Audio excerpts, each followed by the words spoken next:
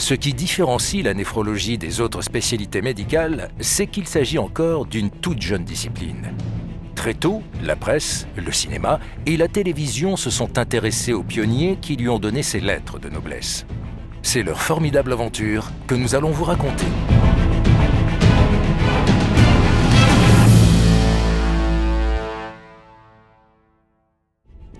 Le 10 novembre 1954, pour la première fois en France, une insuffisance rénale aiguë anurique est traitée par un rein artificiel.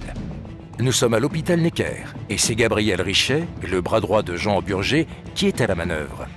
Ce premier rein artificiel, qu'on appellera par la suite le modèle Necker, est encore fortement inspiré de celui de Wilhelm Kolff. Quand j'ai voulu aller apprendre le rein artificiel, j'ai écrit à Merrill. Je suis revenu le 15 mai 1954 et la première séance de rein artificiel a été le 10 novembre 1954. Le rein artificiel a bouleversé le pronostic des anuries aiguës. Il y a 10 ans, 90% de ces malades mouraient. Aujourd'hui, 90% évoluent vers la guérison. Jean Burger est un des pères fondateurs de la néphrologie et le créateur du concept de réanimation médicale. En 1957, il reçoit les caméras de la RTF dans son laboratoire. Tenez, voilà un photomètre à flamme, c'est-à-dire un appareil qui a bouleversé notre vie car il permet en quelques instants de faire des dosages de corps tels que le sodium et le potassium, là où il y a quelques années encore, il fallait plusieurs heures, pour ne pas dire plusieurs jours, pour avoir le résultat. Et ce sont justement des résultats rapides dont nous avons besoin dans cette lutte contre la montre. À la fin des années 50, Belding Scribner, Scribe pour les intimes, invente le shunt artério-veineux en téflon. Il devient enfin possible de créer de façon répétitive une circulation extracorporelle, condition indispensable pour pouvoir répéter à l'envi les séances de dialyse. Ce fut le mérite de Scribner, qui était le promoteur de cette méthode dans les néphrites chroniques, d'utiliser ce petit appareil que vous voyez là, oui, vous l'avez montré, oui, qui est une sorte de canule à double entrée, dont une se trouve dans une veine et l'autre dans une artère. Et ce fut, on peut dire son astuce au fond, de réaliser ce que l'on appelle un shunt entre le côté veineux et le côté artériel. c'est-à-dire Si bien qu'en permanence le sang circule. Il y a eu premièrement des gens issus de, en soi-disant, l'élite, c'est-à-dire l'internat, le clinica, etc., pour lesquels la dialyse, c'était des mécaniciens. C'est exactement comme aux États-Unis. L'élite de la côte Est, John Merrill & Co., paix à leur âme, considérait que Scribner et ce qui se passait sur la côte Ouest, c'était des bricoleurs. Ils avaient les mains dans le cambouis, ce n'étaient pas des vrais scientifiques. Et il y a eu une guerre terrible entre les soi-disant élites, les WASP de la côte Est et les bûcherons de la côte Ouest. Et en 1960, au premier congrès de néphrologie à Évian, Belding Scribner présente ses premiers malades traités par hémodialyse chronique. Quand on a entendu le discours, c'est pas une communication de Scribner qui décrivait son shunt, alors tout s'est ouvert.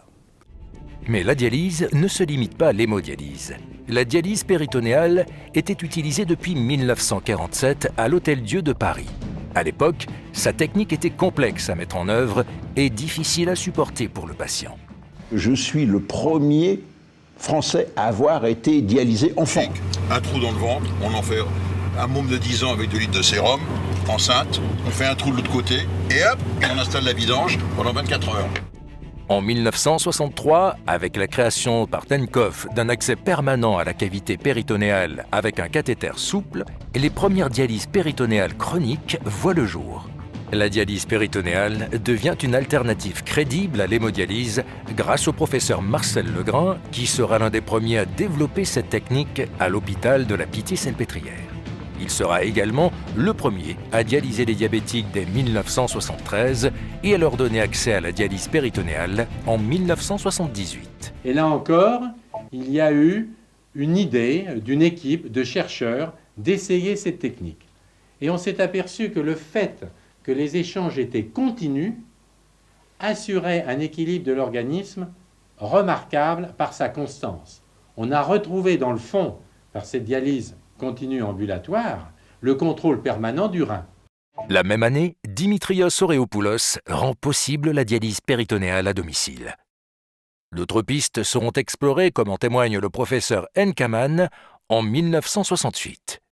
Notre objectif à long terme, c'est la mise au point de médicaments qui permettraient soit de retarder le moment de passer au rein artificiel, ou alors, pour certains qui sont déjà traités par cette méthode, d'allonger l'intervalle entre les séances, ce qui permettrait un moindre gêne pour leur vie familiale ou professionnelle. La transplantation rénale a été l'autre grande aventure de la néphrologie moderne. Le soir de Noël 1952, les équipes des professeurs Hamburger et de René Kuss vont tenter l'impossible, greffer un rein provenant d'un donneur vivant à un jeune patient. La greffe de Marius Renard commence par être un succès. Marius urine dès les premiers jours de façon très abondante. Sa diurèse se stabilise et l'urée sanguine diminue. Mais soudain, dans l'après-midi du 16 janvier 1953, le rein cesse brusquement de fonctionner et les médecins assistent, impuissants, à sa lente agonie. On avait pu le croire sauvé. Marius Renard est mort. Porté par 6 de ses jeunes camarades, le corps de Marius Renard a été conduit au petit cimetière de Berthecourt. Avec son père, avec sa mère qui n'a pas hésité à donner l'un de ses reins pour le sauver, c'est tous ceux que ce geste a bouleversé, tous ceux qui ont chaque jour guetté un signe de guérison, tous ceux-là qui ont accompagné le malheureux enfant. Je me souviens de quelques-uns de ces êtres qui étaient menacés par une destruction de leurs reins et pour lesquels le seul espoir éventuel d'une survie était dans une greffe de rein.